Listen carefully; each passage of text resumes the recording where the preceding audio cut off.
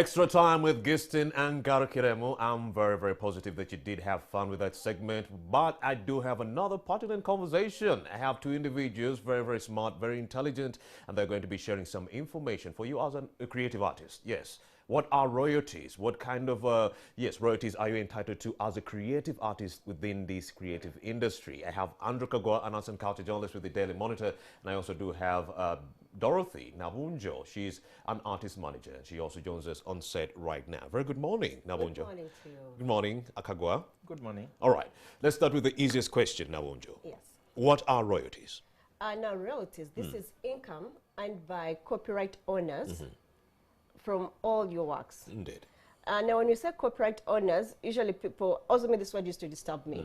So I'm like, how do we make it as simple as possible? So if you are a creative and you come up with a lyric, you come up with a poem, if you're a visual artist and you paint a piece of work, if you're a composer and you come up with a composition, if you're an artist and you record a piece of work, now you're entitled, that's the first step of owning your copyright. Indeed. So, but however, you have to go an extra step and register it so that you can own it. Because With the Uganda Performing Right Society? No. You have to go to URSB. URSB? Yes. Uganda Registration Services Bureau. Exactly. All right. Because the moment we can all here create something. Indeed. And it can stay within us. And we all have ideas. You don't know. Today I have an idea. Tomorrow you may have the same idea. Indeed. Now who owns it? I see. Where does the plagiarism come from? Exactly. So now, and if you go to court and you're saying someone Plagiarized my work. What proof do you have? I have this copyright from URSB. Now you must have registered it. However, if you record the song first and it goes up first, you may be entitled to your copyright. Right. But to be secure, you have to register it. How does the Uganda Performing Rights Society come into the mix? Now, I wish Anthony was here to explain his part, but now Indeed. the UPRS comes in more in collecting royalties. For the artist, For the after copyrighting your work? After you've copyrighted your work and you've become a member, because they don't collect For anyone? for anyone. You must be a member. I see. You must be their member. Now, when you register with them, because for them they collect from radios, from TVs, from hotels, wherever your music is played. Because it's called public performance royalties. That's what UPRS does collect for you. Now, if your music is played on radio, if it's played on TV, it's played on in hotels, in bars, because these guys pay, it's called it's in bulk, it's called a bucket amount. So that's what usually they pay. Indeed. Now, if you're a member, Anthony should be able to explain this. There are percentages, the same way when you're streaming, how they show on Spotify, your song was streamed and downloaded and you earn this percentage. That's the same I think UPRS should be doing. So that's how you earn those royalties. But UPRS only pays you for your public performance royalties. And these royalties are actually the biggest percentage goes to the songwriters. I see. Not the recording artist. Now, and I think this is where But in this day and age, it's the other way way around. around. Taking more than the creator. Exactly. And I think it's a disadvantage to the songwriters because they do not know this. And no one has educated them about this. I see. And we the people in the industry are cheating them. I see.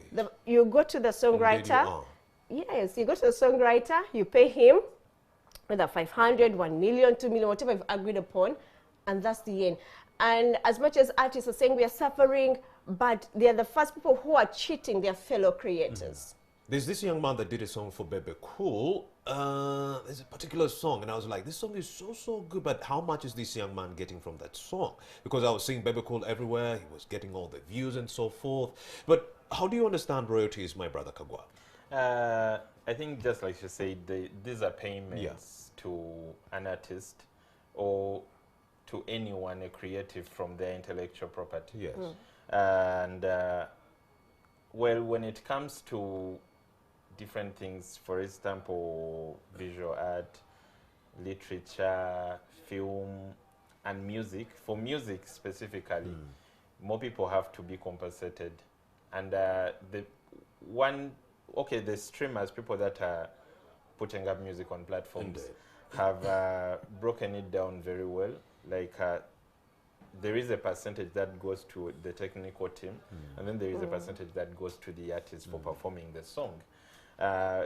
Though when it comes to Uganda and the way we put out our music, it's a very blood thing.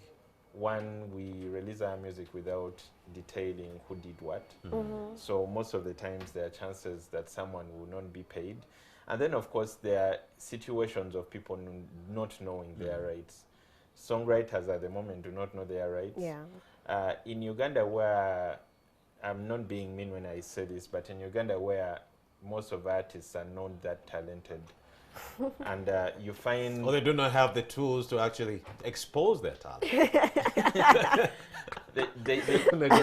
they are not as talented, but they are very lucky that they have very good producers. All right. So you find that the producer is actually doing much of the work. The producer is the magic, and literally the producer should be recognized as an artist on that particular song.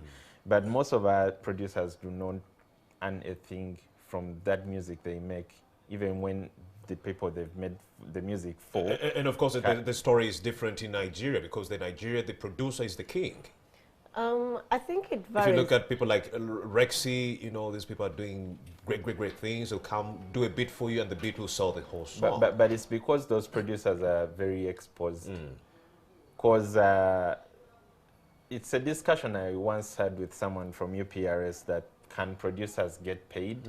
And they're like, it all comes down to your contract.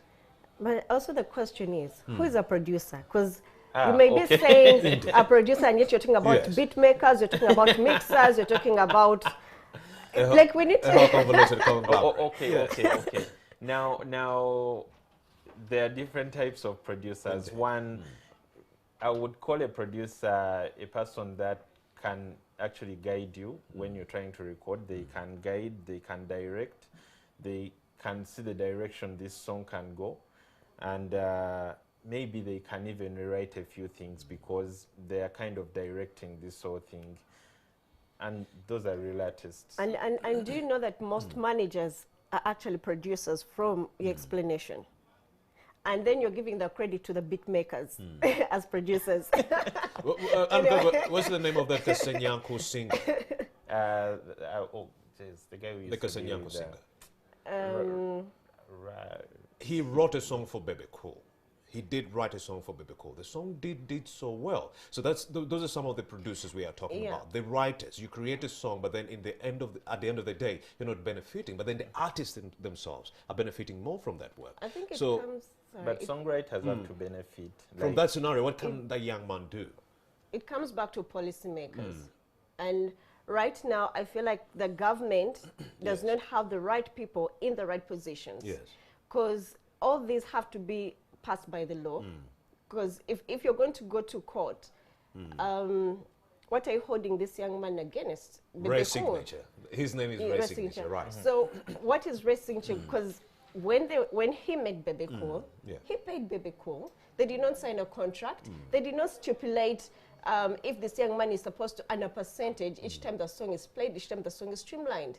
So now that comes back to one, streamlining the industry, sensitization, and also having the right policies. Because right now we don't have the policies that guide the industry. You know, I listened to the song and I was like, how come this song is so good?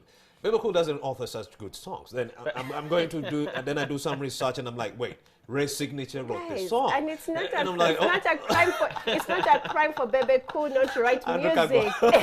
Okay, you see, at least one of the things I was like, he should be writing more for Bebe Cool. One of the things I've learned from UPRS is that at least even with their guidelines, a songwriter should be paid. But one of the most important things we have to do at the moment is sensitize the artists. Actually, you need to sensitize the managers. You need to sensitize the people who run the businesses. Because I think one of the biggest mistakes that has been done is you always concentrate on the artist. The role of the artist is to create music. But they must have business people who help them make money or business sense out of their creation. Indeed. So that they You're focus going on the creation. On the creation. Now you're going to find that we have managers who are not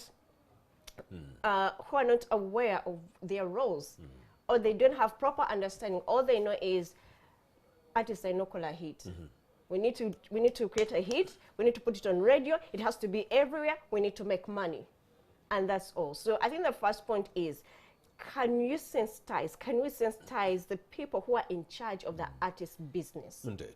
Are there even people who are in charge of these artist business? Do these artists have talented management that is professional and taking care of them? That's a very hard one. Okay, artists have people they call managers. Some have real managers. Some just have people they call managers. He's throwing a diss at us. A sister or a cousin. Like when I say people they call managers, someone will always look for a person that will listen to them, a person that will not tell them Challenge to do them, things yes. or challenge them. So And this is a relative most of the times. there could be a relative, there could be, like there is a story of someone I read, they started off by posting a lot about an artist, and then the artist noticed their posts and then invited them, and somehow they ended up being the artist's manager. Wow. Like just like that. And there You are are very famous. many stories of those fanatics becoming managers. And emotions cannot make money in business. And you see, okay, you see the relationship between an artist and a manager. By the way, You don't have to like your manager, We by the have a management association, managers associations called WOTAMA. So they are managers, professional managers. Some may not be professional, but they are professional Indeed. managers. Now, the relationship between an artist and a manager has to be based on trust. Yes, emotions have to be involved, because what is Maniona in emotion roller coaster all the time. Emotions have to be involved, but you must also have a business side. You must be strong enough, very objective. But like I said, some of them, they are called and they're more of assistants and they're not managers. And artists, very few in Uganda, would like to work with professional managers. And sometimes people mistake management for record label. Someone thinks manager is the one who invests in the artist. The manager does not invest in the artist. You have a product, I believe in your product, we partner together, let's do business. Now that's a manager. Now a record label is where they're like, okay, I've seen your product, I have money to market you, now let me inject in the money for marketing. Indeed.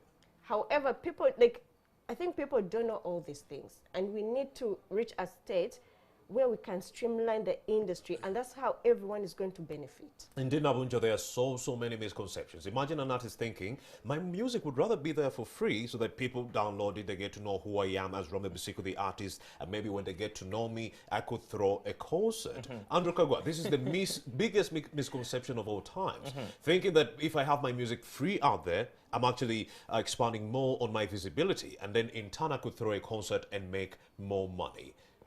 Free music out there for that. One of the okay, I think this is like the But you third time I'm understand, saying this is the case. Many artists would Yes. rather have their music out there for free. Yes. And you see, even after we started that whole call, like people get your music off free sites. There was a backlash from the artists. Most artists Yes. reacted by posting that they are #1 on Howie-Biz. So I mean, sometimes it's ignorance. Sometimes, so you don't need to be so harsh on them. Sometimes it's ignorance. Go ahead, so Kaggwa. one of the biggest problems the Ugandan music industry is facing is that we have very many ignorant artists. We have very many artists that are not educated. It's a very bad state to be in when people do not understand their rights, or they do not understand the power of what they are doing. Now, many of artists believe the only way they can Do make they money. even know that they are entitled to these royalties and other amenities that come with the works that they put out there? When Kaggwa? COVID happened, they started knowing that they are entitled to them, but still you could notice they do not know how they can get them, or because you see many of them that were complaining of not getting any royalties from UPRS are not even members of UPRS. On that point of UPRS, Uganda Performing Right Society, we have a member, a representative who is just joining us right now. Let's take a breather That's a so that good they one. can take on their seat. You're still Then watching Morning at NTV. Keep it here. Then members are making more noise.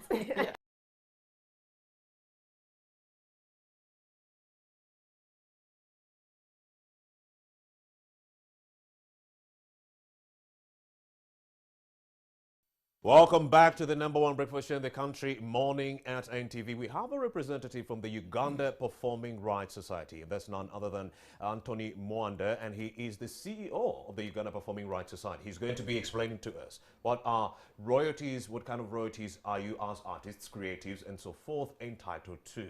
Yes, he's here. Very good morning. Good morning. All right, we'll be having this banter with Dorothy Nabunjo, Andrew Kaggwa. We're talking about some artists who are clamoring for their money, saying UPRS is eating our money, but they've never even signed up with URSB to begin with. So first, break it down. What are royalties to begin with? Who is an artist? Who is a creative? Who is entitled to these royalties?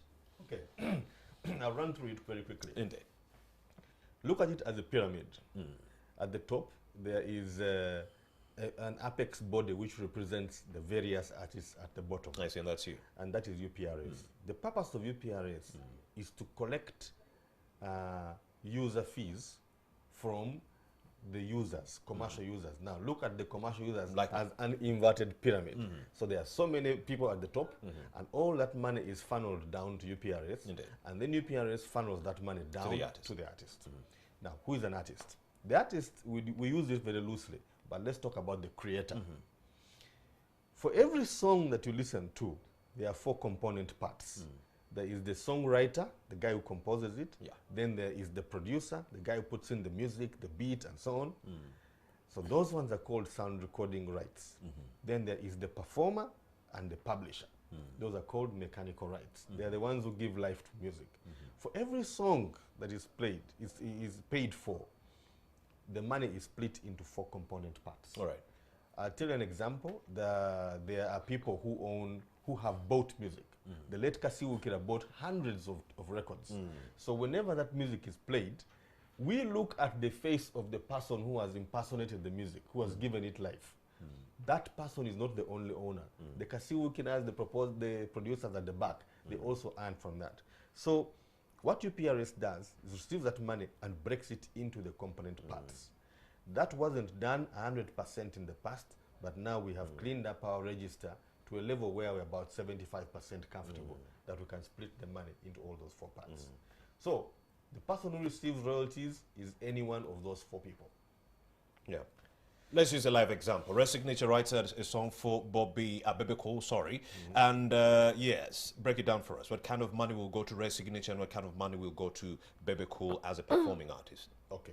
The law envisages that the sound recording, that is Who takes more money? The songwriter and the producer take 60% of the revenue.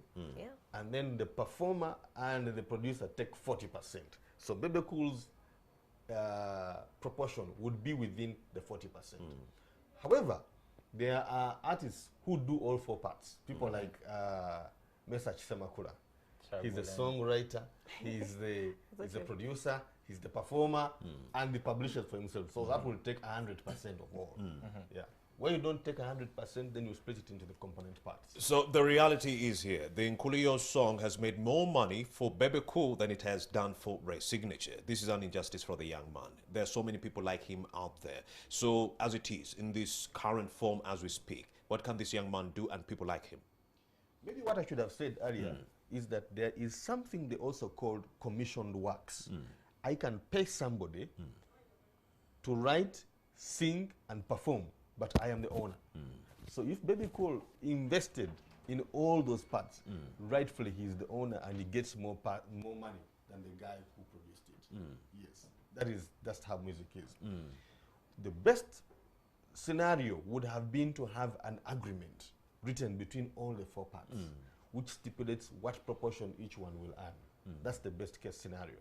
That agreement has been at UPRS as long as UPRS has been there. Unfortunately, the creators of music do not know about this agreement. But when we register music and upload it into our database, we indicate who the producer is, the songwriter, and the percentages that they get. So when the money comes in, as it is going to come in, our payment gateway will split the money 4 ways into the 4 ways which are in the agreement. What has been happening in the past is that people sit in the studio, create music, and then the artist runs with a flash disk and comes to UPRS and says, that's my record. And then the artist gets 100%. but that is being corrected. Right? You know, Anthony, artists have been grappling during this pandemic, left, right, and center. And I was wondering, where is their money from Uganda Performing Right Society? This money that we get from Google, over $1 billion annually. Why doesn't this money go in a long way in helping alleviate the suffering of these artists who are not performing anymore, who are not allowed to go to the bars anymore? What's happening? How come you did not step up to the plate? Okay. I don't know how much time we have. You but have enough time. You do have enough time. Quickly, Trust me, we have an hour. The money that came in through Google came in through an agreement which was signed in 2014 and had an automatic renewal clause after 5 years. Right. So that agreement was automatically renewed in 2019. That agreement stipulated that UPRS was working, which was working through an agent, a Kenyan company. The Kenyan company was selling our works internationally through a company called the Orchard in the US. So the Orchard and the Kenyan company had an 80-20 split. And then between Uganda and the Kenyan agent, we had 45%, they took 55%. So if we talk about $1,000 gross revenue, the American company takes 200 and gives 800 to the Kenyan. The Kenyan company then takes 450 and we keep 350. So that was the split. So while there was big money, the split was disadvantaged the Ugandan artists. When I came to UPRS about 15 months ago, I learned about this agreement. We tried to negotiate it with the Kenyan company. The Kenyan company said, you either terminate it or you take my terms or terminate it. The termination clause was very difficult. It said that I had to give them 6 months notice to terminate. I could never request a revenue audit unless I gave them 12 months notice. And just, it was tipped towards the Kenyan guy. I see. So against all odds, I terminated that agreement. So I terminated that agreement on December 18th. I gave them 6 months notice. I told them to take down all our works. I gave them 6 months notice. So the 6 months notice will end on June 18th. So it is my prayer that on June 20th, UPRS will start publishing music again directly with the American company. And that will give us better terms. We'll have 80% coming in as opposed to 35%. In a nutshell, you're not promoting on any of this music? No. So what does that mean for the artists? Think of it as an injection. In the short run, you'll get pain at the point of administering the injection. This is but too much pain, 6 months. Yes, yes. But we're going to get our music paying us 80%. in perpetuity. Yes. Oh, Andrew Kaggwa, what do you make of this? Okay, I got the story from him the very first time. Yes. And it was very complicated, but it was also jaw-dropping. Because I think one of the hardest thing I could take from that was the fact that they could not be terminated. Yes. And two, if they were to be audited, they needed a 12-month notice, which means that was enough time for them to clean up the books, to make everything look legit. When I got that information, I think I was asking him, why aren't artists getting paid? That was last year at the height of the pandemic. And of course, they had not terminated yet. They were just thinking about it. But yes, personally, I think it's a good thing. And when he told me that if they have to terminate, there's a 6-month notice, so artists were going to continue suffering. Yes. Like it looked like it was a very long distance, but when he has just said June 18th, like those are days away. Yeah. Like maybe better days are coming. What's your perspective on this, Nabunjo? Is it good news? It is good news. It was a bad deal. Yeah. However, like 35 against 80. Yeah, like I said, right now the industry is being streamlined. Maybe before, the people we had running the system were not aware about certain facts. However, having Anthony right now as the CEO, it gives us hope.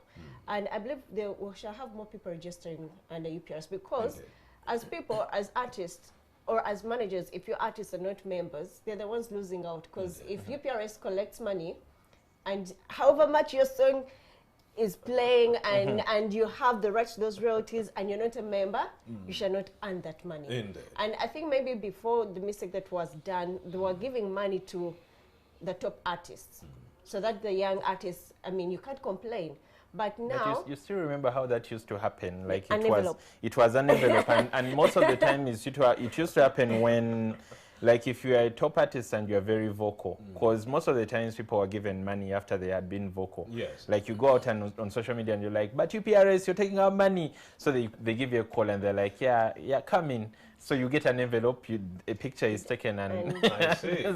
Yeah, but with this, I think there's hope that people, all artists who are members, will be earning from their work. Not only artists, all creators will be earning from their work. And of course, Dorothy Nabunjo, we were speaking before this conversation about how COVID-19 could have been a blessing, so that it provided an opportunity for the artists to sit back and reflect. Even the artist managers themselves, like yourself, and any other stakeholder within the creative industry, to streamline the whole creative industry. This is our only chance to streamline the industry. Yes, and I really like to call upon all the managers, all the business people invested in the music, because I remember Akon when it was like a very short clip. He said, Uganda, the artists are very passionate, the people are very passionate, but they don't have the business side of the music, because we're asking him if he should invest and all that. And we've seen it because we have very talented people. Kaggwa is saying we don't have talent. We have very talented people. They may not be on top of the charts, but we have good talents. And all you need are the right people to invest in them. However, no one is going to put money where they're not going to see the profits coming back. So right now, like you said, this is the good time. Like it's now for us to streamline the industry, to streamline the businesses. People, let us know who's a songwriter. Who are the creators? What's the role of the business manager? What's the role of the promoters? Because right now we're having promoters, we're having music promoters. What are they? Do we have booking agents? And promoters are becoming vocal than the artists. Than the artists. Because for them, I think I know of only one booking agent, that is Tilly Kamara. So the rest you can walk around and look. Yeah, because you see, we should be, because right now the manager is supposed to do all those things, which is wrong. And I'm not blaming them. Now they cannot concentrate on what they are supposed to do, because you're the booking agent, you turn up being the promoter, the events manager, the PR, and all this have to be split. Because there's a lot of, like, this is a full economy if you look at the music business. But you're looking at it as, I don't know. Do you know those chikumi shops, Of course, a very good morning to Tilly Kamara. She is a professional booking agent. She did reach out to me, and we are working on a few deals on how best maybe I could join maybe some movies, maybe join a song as a video vixen, maybe do a voice on an animation and so forth. So meaning there are booking agents out there that could tell you what you actually deserve. Tilly Kamara will explain to you, okay, if you enter this movie, this is how much money you'll be getting. If you enter this song, this is how much money you'll be entitled to. If you want to work for this company, this is how much money they'll be giving you. So you need such a booking agent to spell out to you what you actually deserve when it comes to your works. Andrew Kaggwa, streamlining the industry is really, really important. But what is the significance? Let's spell it out for the artists out there. Like one, I'll first go back and say the hardest thing that's happening in this country is that we've normalized unprofessionalism. We've normalized we've normalized the whole thing of art being that thing that people can steal. And because I remember we had a discussion here when DJ Recom was around, and he was like, we are promoters, we are promoting these artists, we are giving them a platform. And but where's the money coming from? And you're like, okay, you're giving them a platform, you're getting adverts on your website, but what about the artist? And he didn't want to talk about that. As we're speaking right now, there is this court case that's cropping up. It also involves a TV station using a film of a Ugandan producer, but it was a collaboration between a Ugandan producer and a UK producer. So probably when they saw the film, they were like, this could be an American. He can't see us. Yes. So they showed the film. And the guy was up in arms. And the guy is up in arms. So like, and then when we were talking to that TV, they were like, but we found the movie on torrent, we downloaded it, and we were like, okay, so if you found it, does that mean you go on and show it? Yes. So we have this whole situation where people are like, art is something you can steal and get away with it without anyone stopping you because it's out there.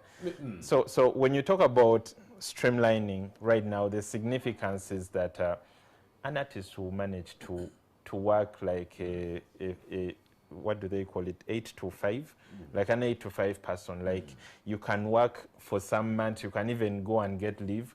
Like, you know, artists right now cannot even afford not to perform for just a month, because they are literally living large, but they are more of hand to mouth. Like the moment they are off that stage, they are not making any money, and that's the reason why many of them right now are starting to look at these alternative ways they can make money. But one of the major things I think artists need to, they need to understand that UPRS can make them money if many of them have registered. Indeed. If they are many, they'll make the money. But the other thing they have to notice, which is a thing I'm saying like the 100th time on this show, is that we are not going to go back to 2019. We are not. We just have to learn ways to, you know, adapt to the new normal. Anthony Monde, he talks about a situation whereby, you know, a producer of a movie, you know, worked at the UK conglomerate. They produced this movie. A local TV station in Uganda, you know, showcased the same movie thinking it was, you know, from someone abroad. In the case of that young man, are there any incentives from the UPRS to help him? If I take it in the context of music, well, now I'll tell you that first of all that their UPRS is called a collective management organization for music. There is another collective management organization for film. So you handle the music. We do only music. There is another for film which does exactly what we do. But I want to tell you, looking forward, I envision the biggest war in Uganda. But even before you go to the biggest war, don't you think you need to merge as the people who handle music with the people who handle film? You have the sense of it. Indeed. The biggest war is going to be about copyright. Indeed. Now, for music and film, they have become merged into audio-visual. Because if I make a track, and then I make a video, strictly speaking, with the existing rules, the video belongs to one CMO and the music belongs to another. So we are merging, and we are looking at a joint licensing framework, which is going to be supported by the World Intellectual Property Organization and the regulator and other players, so that we can license jointly. What should happen is that the artists should learn that they own the works. The music, the film that I create is mine, but I have to have registered it. If you don't register it, if you don't belong to the collective management organization, you can't be protected. That is Anthony Monde. First go to the Uganda Registration Services Bureau. Yes, register for that work. And then you go to the Uganda Performing Right Society. Correct. 2, then you'll be handled as a member. Correct. All right, parting shots. Dorothy Nabunjo, recommendations moving forward, streamlining the industry. One, I really call upon the stakeholders.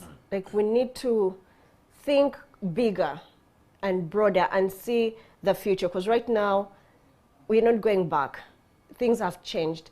And if this industry is going to grow, we all need to have the right components playing out. Indeed. Andrew Kaggwa. One, I will re-say what I said. We are not going back to 2019. We are not going back. Right now, you need to make your money off the stage. Don't and it's put out possible. your music for free. Don't wait for a concert. Yeah. All right, that's it for this conversation. My name is Romy Busiku. We are going to take a very short breather and return shortly with some of your views. Members of the public, I have Stephen Mbide at 94 News. He's going to be talking to some citizens about the State of the Nation address. What are your thoughts? We'll be right back.